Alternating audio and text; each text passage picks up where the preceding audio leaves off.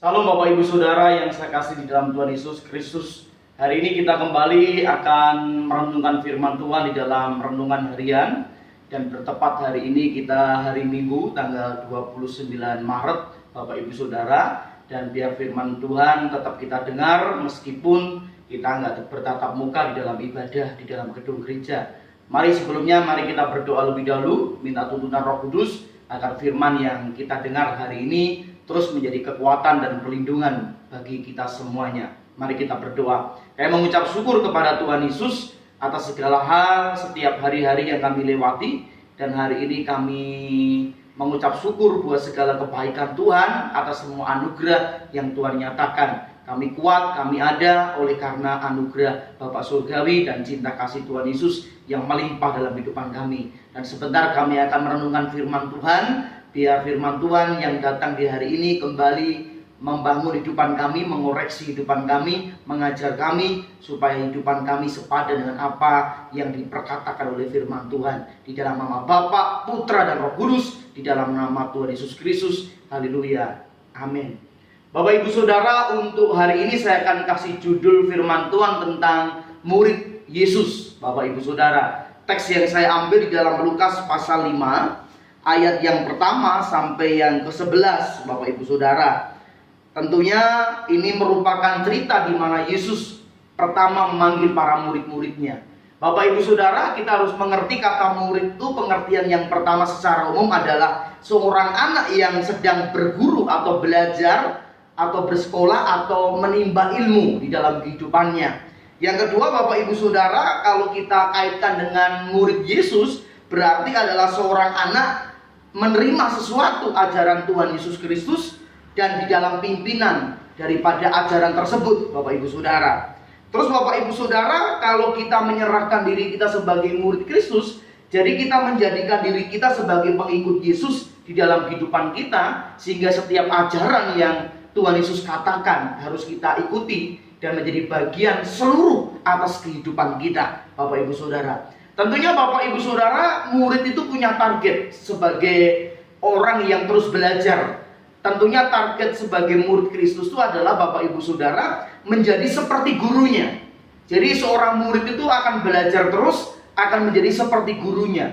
Sehingga segala hal yang diterima tentang gurunya diterima di dalam kehidupannya, dan lebih daripada itu adalah menjadi seperti gurunya. Tentunya Bapak Ibu Saudara, kalau kita kontekskan menjadi murid Yesus, berarti seorang yang menjadi murid Yesus itu punya target hidupnya harus seperti Yesus. Hidupnya harus seperti karakternya Yesus. Apa yang pernah Yesus katakan, apa yang pernah Yesus lakukan, dan teladan-teladan kehidupannya harus kita ikuti sebagai murid Yesus, Bapak Ibu Saudara. Dan ingat Bapak Ibu Saudara, di dalam kehidupan kita sebagai murid Yesus tidak pernah mudah untuk menjalani kehidupan yang kita jalani.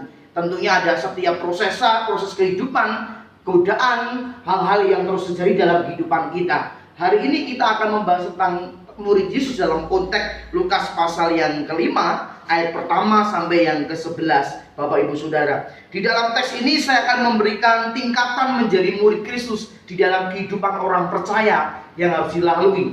Yang pertama, Bapak Ibu Saudara, kita akan baca lebih dahulu dari ayat 1 sampai yang ketiga.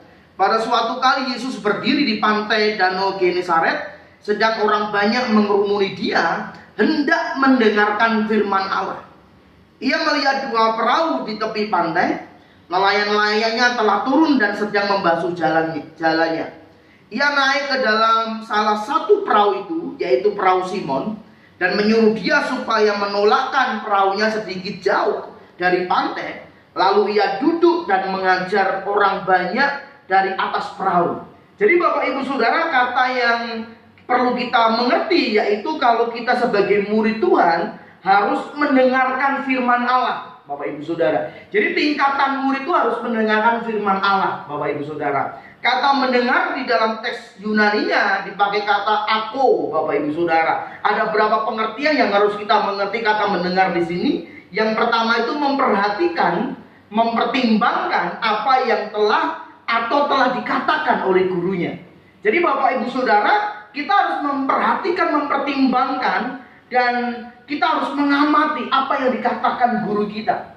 Tentunya Bapak Ibu Saudara, kita sebagai murid Tuhan Yesus, mari kita mempertimbangkan lagi, kita mengamati, kita menyelidiki apa yang dikatakan firman. Sehingga Bapak Ibu Saudara, waktu kita mempertimbangkan kehidupan kita melalui firman Tuhan, maka akan muncul tindakan-tindakan, keputusan-keputusan yang akan sesuai dengan firman Tuhan. Maka daripada itu Bapak Ibu Saudara, kata mendengarkan, pengertian yang pertama seperti itu. Terus yang kedua, harus mengerti, memahami apa yang dikatakan. Jadi Bapak Ibu Saudara, seorang murid Tuhan Yesus, langkah pertama tingkatannya harus mampu memahami. Harus mampu memahami setiap perkataan dan mengerti apa yang dikatakan gurunya. Di dalam konteks hidup orang percaya, orang Kristen harus memahami dan mengerti apa yang dikatakan Tuhan Yesus. Tidak semua orang mendengar firman memahami. Tidak semua orang menerima pengajaran firman memahami apa inti yang disampaikan Yesus di dalam kehidupannya waktu dia berada di bumi. Maka daripada itu Bapak Ibu Saudara, mari kita menjadi orang Kristen, menjadi murid Yesus. Berarti kita harus mendengar, mengerti, dan memahami Bapak Ibu Saudara. Terus kata yang ketiga, kata ako itu mengacu kepada mencari tahu atau belajar. Jadi Bapak Ibu Saudara, dari dua pengertian tadi itu kita memahami, mengerti, memperhatikan, mempertimbangkan. Langkah yang ketiga yaitu kita mau belajar, kita mau mencari tahu apa sebenarnya pengertian firman Tuhan yang diajar Tuhan Yesus. Apa sih sebenarnya pengertian yang dikatakan Tuhan Yesus di dalam kehidupan orang percaya. Inilah langkah pertama Bapak Ibu Saudara. Semakin kita memahami firman, semakin kita mengerti firman, semakin kita mau belajar terus tentang firman Tuhan,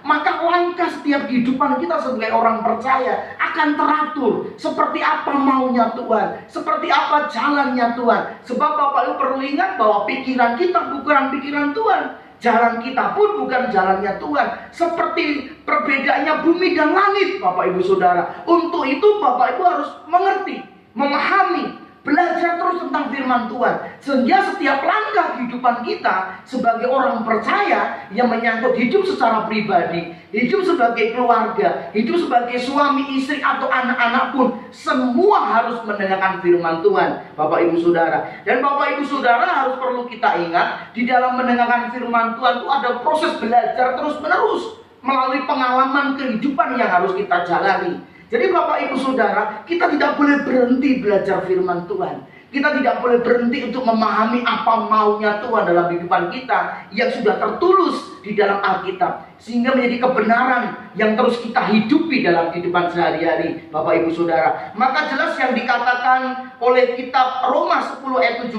Bapak Ibu Saudara, iman kita akan timbul karena kita mendengar firman Kristus. Jadi Bapak Ibu bisa bayangkan, kalau kehidupan kita kurang firman, kehidupan kita tidak mengerti firman, kehidupan kita tidak mengerti janji-janji Tuhan, kehidupan kita tidak mengerti jalan pemikiran Alkitab, benang merah Alkitab dalam kehidupan kita, hidup langkah kita bisa salah, hidup langkah kita bisa jatuh di dalam dosa, langkah kehidupan kita bisa berbahaya, kita bisa bertindak ceroboh dan sembrono Bapak Ibu Saudara. Makanya langkah untuk pertama tingkatan di dalam kehidupan sebagai murid Yesus, yaitu Bapak Ibu Saudara harus mendengarkan firman Tuhan. Dan dikatakan Yesus naik ke perahu dan dia mengajar firman. Dia mengajar kepada orang-orang yang ada di sekelilingnya waktu itu. Sehingga Bapak Ibu, mari kita gak boleh jemu-jemu untuk belajar firman Tuhan. Pahami dan dengar firman Tuhan baik-baik. Kita harus menyadari Bapak Ibu Saudara, Tuhan ciptakan satu mulut dan dua telinga. Itu berarti mari kita banyak belajar mendengar daripada banyak bicara. Mari renungkan firman itu siang dan malam. Dikatakan dalam Mazmur 1, berbahagialah orang yang merenungkan Taurat Tuhan itu siang dan malam. Maka apa yang kita lakukan Bapak Ibu Saudara selalu dibuat Tuhan berhasil. Kita tidak akan loyo, kita tidak akan layu. Segala hal yang kita lakukan pasti akan berbuah. Maka daripada itu sebagai murid Kristus, langkah yang pertama banyak mendengar firman Tuhan. Terus yang kedua Bapak Ibu Saudara, kita baca ayat 4 sampai yang ke-6. Dikatakan, setelah selesai berbicara, ia berkata kepada Simon, bertolaklah ke tempat yang dalam dan tebarkanlah jalamu untuk menangkap ikan. Simon menjawab, Guru, telah sepanjang malam kami bekerja keras dan kami tidak menangkap apa-apa. Terus dikatakan, tetapi karena engkau menyuruhnya, aku akan menebarkan jala juga. Dikatakan ayat 6, Dan setelah mereka melakukannya, mereka menangkap sejumlah besar ikan, sehingga jalan mereka mulai koyak. Akhirnya di ayat yang ke-7, Simon memanggil saudara-saudaranya karena banyaknya ikan yang luar biasa yang ditangkap oleh Simon. Jadi Bapak Ibu Saudara, langkah yang kedua sebagai murid Kristus harus punya pengalaman bersama dengan gurunya atau bersama dengan Tuhan Yesus. Ingat Bapak Ibu Saudara, tadi dikatakan Simon suruh menyebarkan jalannya, tetapi Simon berkata, "Guru, Tuhan, sudah semalaman kami tidak mendapatkan ikan waktu kami mencari ikan. Tetapi karena Engkau mengatakannya, maka Simon menebarkan jalannya." Dan apa yang terjadi Bapak Ibu Saudara? Dan waktu itu ikan-ikan berdatangan dan ditangkap oleh Simon dan mengalami berkat-berkat Tuhan yang luar biasa. Bapak Ibu Saudara, kehidupan kita sebagai murid Tuhan bukan cukup mendengar firman, tapi firman itu harus menjadi bagian kehidupan kita, yang menjadi pengalaman setiap hari, setiap saat di dalam kehidupan kita. Karena Engkau yang memerintahkannya, maka aku lakukan. Karena Yesus yang mengatakannya, karena firman-Mu yang mengatakannya, seharusnya kita lakukan. Ini pelajaran yang luar biasa Bapak Ibu Saudara. Setelah kita mendengar, harus kita punya pengalaman bersama dengan Tuhan Yesus. Bapak Ibu Saudara, untuk mengalami pengalaman bersama dengan Tuhan Yesus dibutuhkan ketaatan. Di ayat 4 tadi dikatakan, bertolaklah yang lebih dalam. Ayo bertolaklah yang lebih dalam. Akhirnya Simon taat karena dikatakan oleh Tuhan Yesus. Maka daripada itu Bapak Ibu Saudara, untuk kita mengalami kuasa Tuhan yang besar, untuk kita bisa mengalami pengalaman bersama dengan Tuhan secara ajaib dalam kehidupan kita, kita dibutuhkan ketaatan yang tulus kepada Tuhan, sehingga apa yang dikatakan firman itu kita lakukan. Dan Bapak Ibu Saudara, sebenarnya apa yang dilakukan Simon itu ada gejolak di dalam kehidupannya. Karena ada ayat berkata, semalaman mencari ikan tidak mendapatkan apa-apa. Jadi sebelum Simon itu mengalami berkat kuasa Tuhan yang luar biasa, dia pernah mengalami semalaman mereka mencari ikan tidak mendapatkan apa-apa. Tetapi karena perkataan Yesus dia lakukan, dan dia jalankan, bertolak ke lebih yang dalam dan mendapatkan ikan. Ini fakta Bapak Ibu Saudara, bahwa Tuhan itu berkuasa atas kehidupan kita, bagi kita yang taat kepada firman Tuhan. Ini pengalaman. Dan ingat Bapak Ibu Saudara, setiap orang Kristen itu punya pengalaman pribadi masing-masing bersama dengan Tuhan. Sehingga apapun yang Bapak Ibu hadapi, percayalah, dengan ketaatan penuh kepada Tuhan, melakukan firman, Bapak Ibu Saudara, pasti Tuhan bisa membuka jalan. Mungkin kita belum mengerti apa yang Tuhan mau dalam hidup ini, tetapi mari kita lakukan saja apa yang dikatakan Tuhan. Bapak Ibu Saudara, mari Bapak Ibu Saudara, pengalaman bersama dengan Tuhan dan melalui ketaatan melakukan firman, maka mendatangkan kuasa mujizat.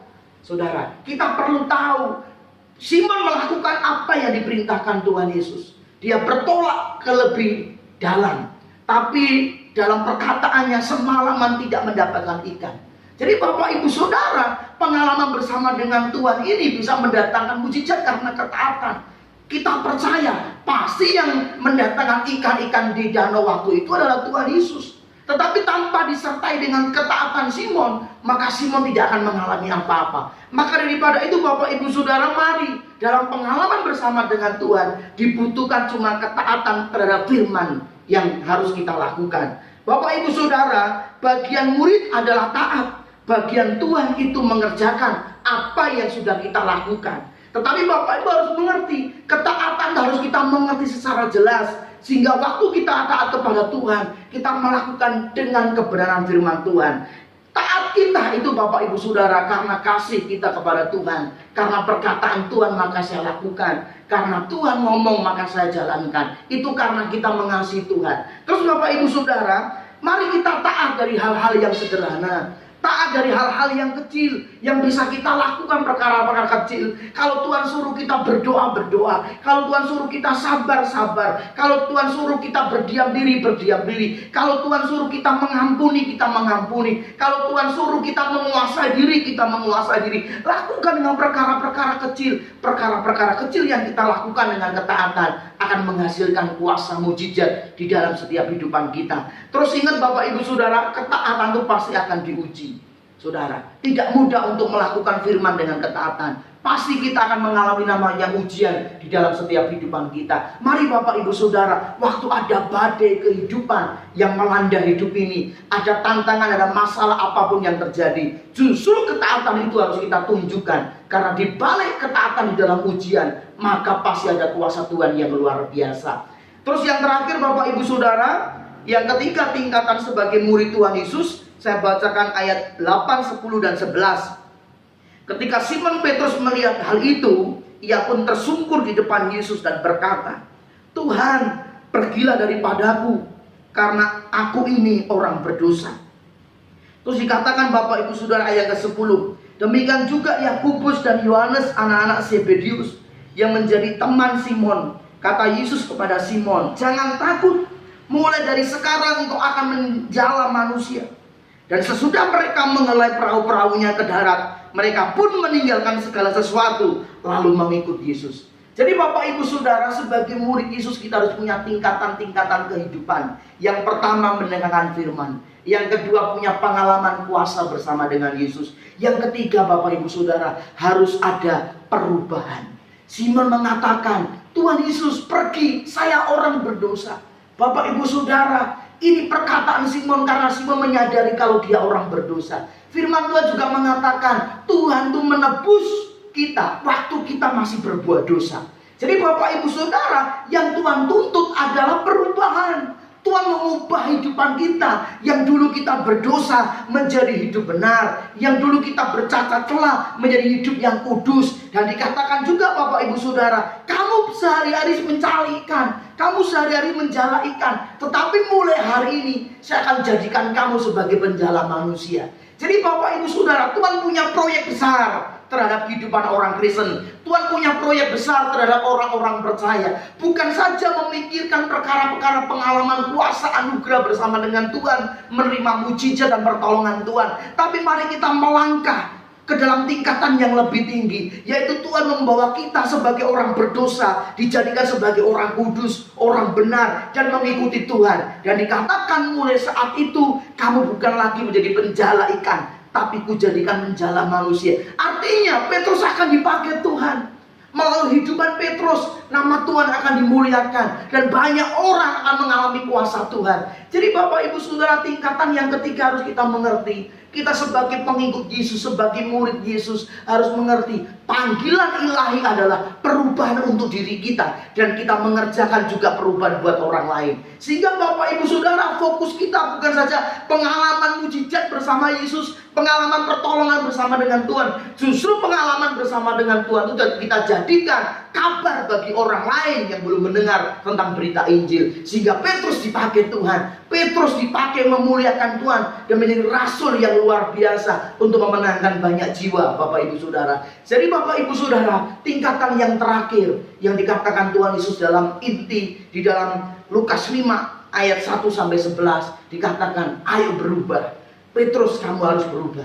Kamu berdosa, kamu ikut aku mau mengubah hidupmu. Itu yang dikatakan Tuhan Yesus secara tidak tersirat Bapak Ibu Saudara. Dan dikatakan, "Petrus, kau jadikan engkau penjala manusia, memenangkan banyak jiwa." Jadi Bapak Ibu Saudara, sebagai murid Yesus yang penting ada perubahan hidup seperti guru kita.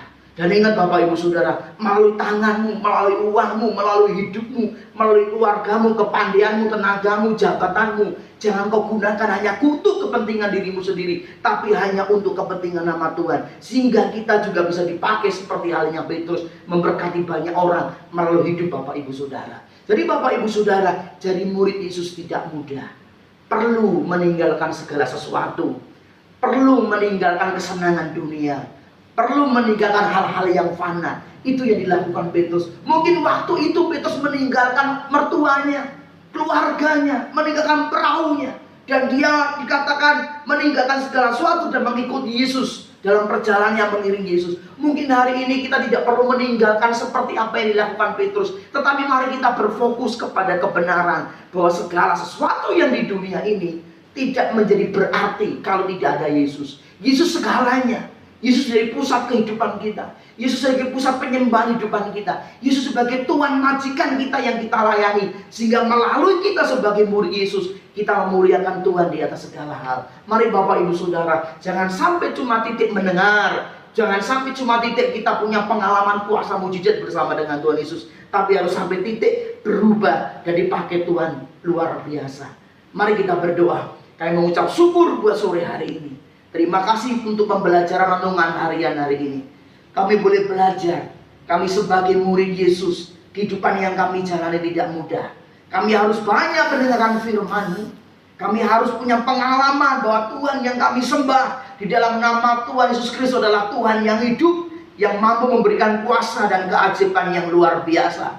Disertai dengan ketaatan kami untuk melakukan firman, maka otomatis Tuhan berkuasa atas kehidupan kami. Tapi tidak sampai di situ saja Tuhan Yesus. Buat kami selalu mengalami perubahan satu dengan demikian yang lainnya. Biar kehidupan kami dipakai Tuhan. Bukan saja kami berpusat kepada kehidupan kami masing-masing, tapi kami mau berubah. Orang berdosa menjadi orang benar. Orang yang bercacat celah menjadi orang yang dikuduskan Tuhan. Dan bukan itu saja, Tuhan pakai kehidupan kami untuk kami boleh jadi berkat bagi banyak orang. Di dalam kondisi keadaan yang tidak memungkinkan, di wabah corona di mana-mana, biar tangan kami selalu terulur bagi orang yang membutuhkan. Kami berdoa, kami mengambil waktu untuk berdoa buat bangsa kami, buat negeri kami, buat orang-orang percaya. Itu menjadi bagian kami sebagai murid Tuhan. Sebab keberadaan hidupan kami harus mendatangkan perubahan buat pribadi kami dan banyak orang. Berkati seluruh jemaat Tuhan di mana mereka berada, supaya mereka tetap kuat menampilkan pribadi menjadi murid Kristus, yaitu berkarakter seperti Yesus Tuhan yang luar biasa. Dan kami percaya anugerah, kuasa dan keajaiban Tuhan selalu mengikuti kami semuanya. Diberkati seluruh jemaat Tuhan, orang percaya di mana mau berada, di dalam nama Tuhan Yesus Kristus. Haleluya, amin. Sekali lagi Bapak Ibu Saudara, mari bersama dengan Tuhan Yesus kita bisa melakukan perkara besar. Haleluya, amin.